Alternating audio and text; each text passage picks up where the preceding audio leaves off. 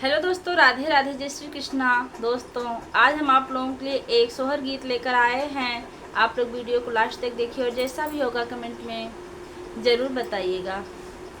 अंगने में सूतल बाहुरिया सपन एक देखें, सपन एक देखा तपिया से रजकार हो स्वामी।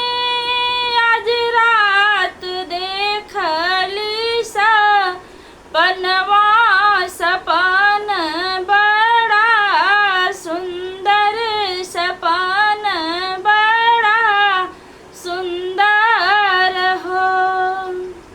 आंगन में आए देख जोगिया मधुर बोलिया, बोले मधुर बोलिया, बोलाई हो मोर पिया बैठे हैं चांदन पीढ़ैया।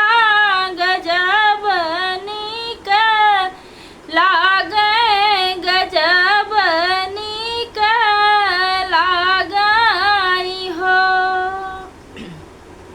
तू ही मोरी रानिया से रनिया, तू ही घर की लक्ष्मी, तू ही घर की लक्ष्मी हो। मोरी रनिया वो तो हम श्री भगवान हरिल कोखी हुई है, हरिल कोखी हुई